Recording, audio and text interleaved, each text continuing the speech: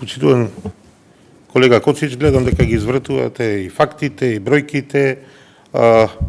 Јас сум апсолутно да се пружи шанса на сите.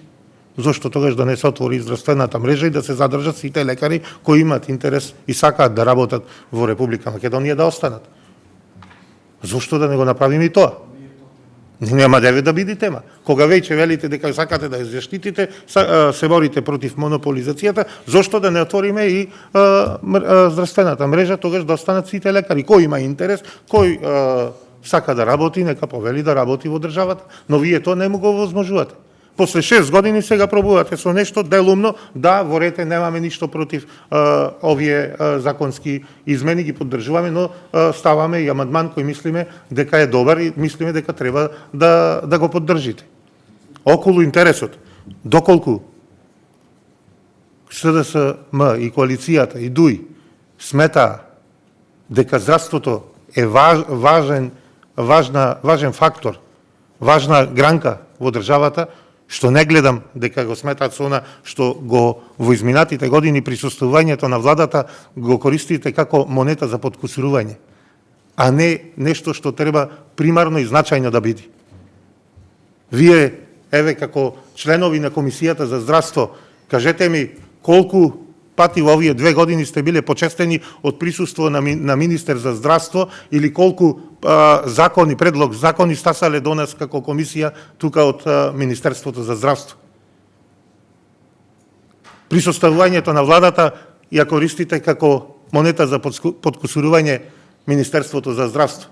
Му го давате на некои коалициони партнери што треба да ви пополнат за мнозинството, да имате 61-62 алтернатива, па алијанса, и сето тоа наменување на година, на 2.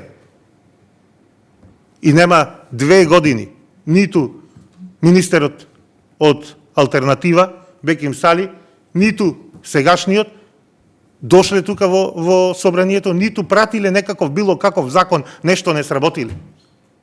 И сега ќе ми зборувате вие дека сте заинтересирани за состојбите во здравството. Па еве докај сме стасани од таквиот интерес и од толку работење на министрите кои вие ги гласате и вие ги поддржувате. 2 години, почитувани колеги, да не цапне министер за здравство во собрание, во комисија за здравство. Па не можам тоа никако да го прифатам, па уште овдека да ми се зборува дека било во интерес на подобрување на здравството или слично. Јас го ценам, ова е на ваша иницијатива и овие измени на Законов за здравствена заштита, што сега ги поднесувате, е на вас, колеги, бидејќи вас ви е срам дека ништо вашите министри не сработиле 2 години. И јас го ценам ова што вие како пратеници сте ветиле нешто пред електоратот и да сакате да излезите во пресред. Но 2 години министрите кои ги поддржувате да не сработат ниту еден закон да предложат, да не сработат ништо. Прва изјава на новиот министер да биде дека ќе го средел паркингот на Клинички. А гледаме што се случува тука, што сме имале внатре во Клиничкиот центар, што ни се случувало. И што не е тајна, што и пратениците, и опозицијата комплетна предупредуваа за такви нешта. И новинарите, и сите. Но цело време се останувавте глуви.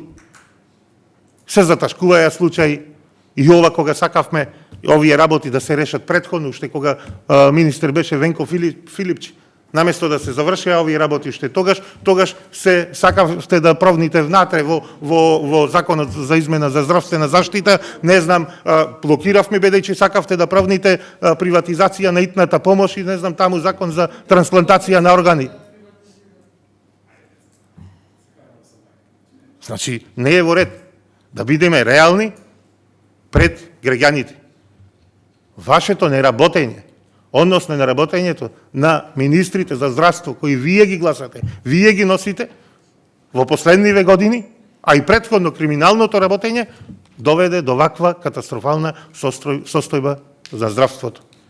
Затоа прифатете ја помошта и предлозите кои најдобронамерно ги нудиме и да, уште еднаш ќе кажам дека овие предлог измени на Законот за здравствена заштита кои ги нудите, делумно ги решаваат проблемите и на пациентите и на лекарите.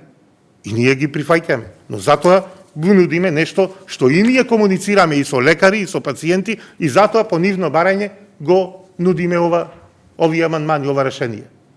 Благодарам.